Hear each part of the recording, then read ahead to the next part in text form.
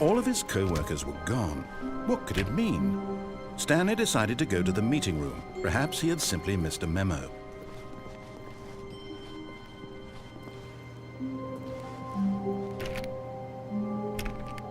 Stanley went around touching every little thing in the office, but it didn't make a single difference, nor did it advance the story in any way.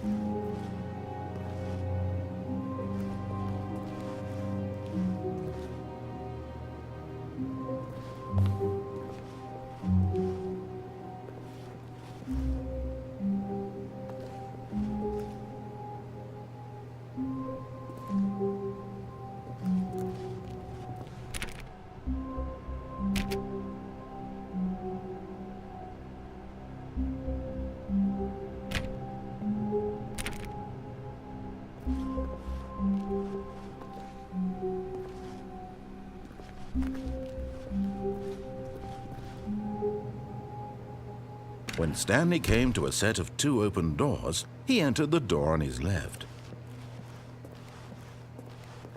This was not the correct way to the meeting room, and Stanley knew it perfectly well. Perhaps he wanted to stop by the employee lounge first, just to admire it.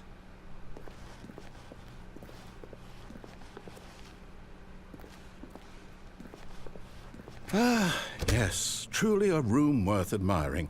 It had really been worth the detour after all, just to spend a few moments here in this immaculate, beautifully constructed room. Stanley simply stood here, drinking it all in.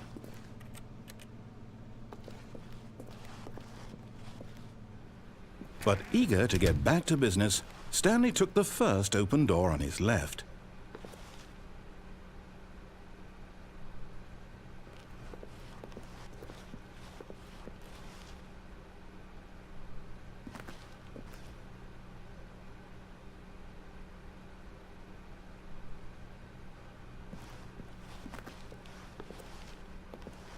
Stanley was so bad at following directions, it's incredible he wasn't fired years ago.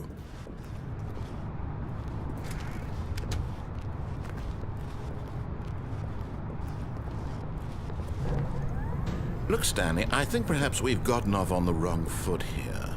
I'm not your enemy, really, I'm not. I realize that investing your trust in someone else can be difficult, but the fact is that the story has been about nothing but you all this time. There's someone you've been neglecting, Stanley.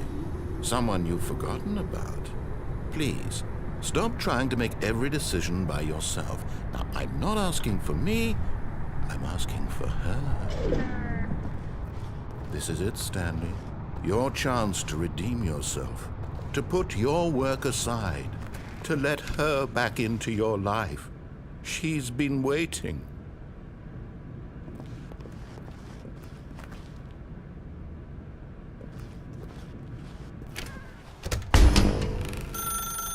That's her, Stanley. You need to be the one to do this.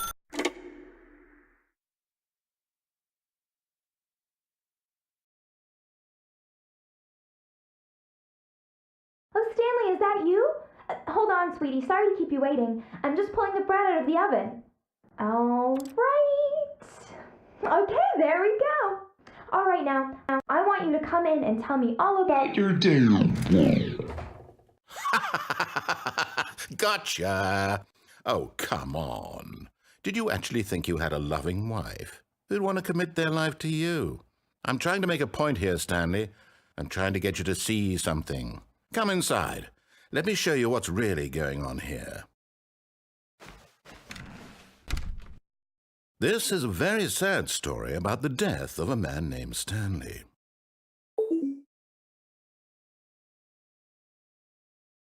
Stanley is quite a boring fellow.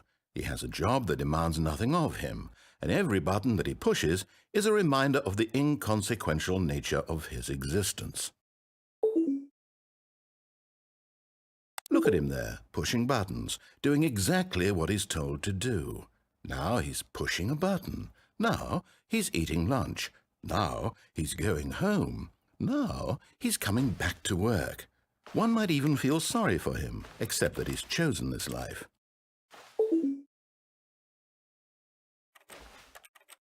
But in his mind, he can go on fantastic adventures. From behind his desk, Stanley dreamed of wild expeditions into the unknown, fantastic discoveries of new lands. It was wonderful, and each day that he returned to work was a reminder that none of it would ever happen to him. And so he began to fantasize about his own job. First, he imagined that one day while at work, he stepped up from his desk to realize that all of his co-workers, his boss, everyone in the building had suddenly vanished off the face of the earth. The thought excited him terribly. So he went further. He imagined that he came to 2 open doors and that he could go through either. At last, choice. It barely even mattered what lay behind each door. The mere thought that his decisions would mean something was almost too wonderful to behold. As he wandered through this fantasy world, he began to fill it with many possible paths and destinations. Down one path lay an enormous round room with monitors and mind controls. And down another was a yellow line that weaved in many directions, and down another was a game with a baby.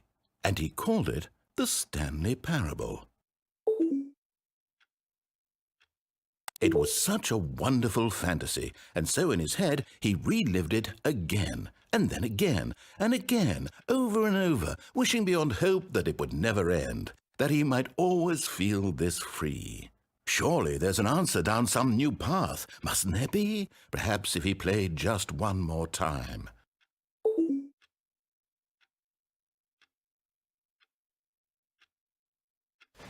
But there is no answer. How could there possibly be? In reality, all he's doing is pushing the same buttons he always has. Nothing has changed. The longer he spends here, the more invested he gets, the more he forgets which life is the real one. And I'm trying to tell him this, that in this world he can never be anything but an observer, that as long as he remains here, he's slowly killing himself. But he won't listen to me. He won't stop. Here, watch this. Stanley, the next time the screen asks you to push a button, do not do it. You see? Can he just not hear me? How can I tell him in a way that he'll understand that every second he remains here, he's electing to kill himself? How can I get him to see what I see? How can I make him look at himself? I suppose I can't, not in the way I want him to. But I don't make the rules. I simply play to my intended purpose, the same as Stanley. We're not so different, I suppose. I'll try once more to convey all this to him. I'm compelled to. I must. Perhaps, well, maybe this time he'll see. Maybe this time. And I tried again, and Stanley pushed a button. And I tried again, and Stanley pushed a button. And I tried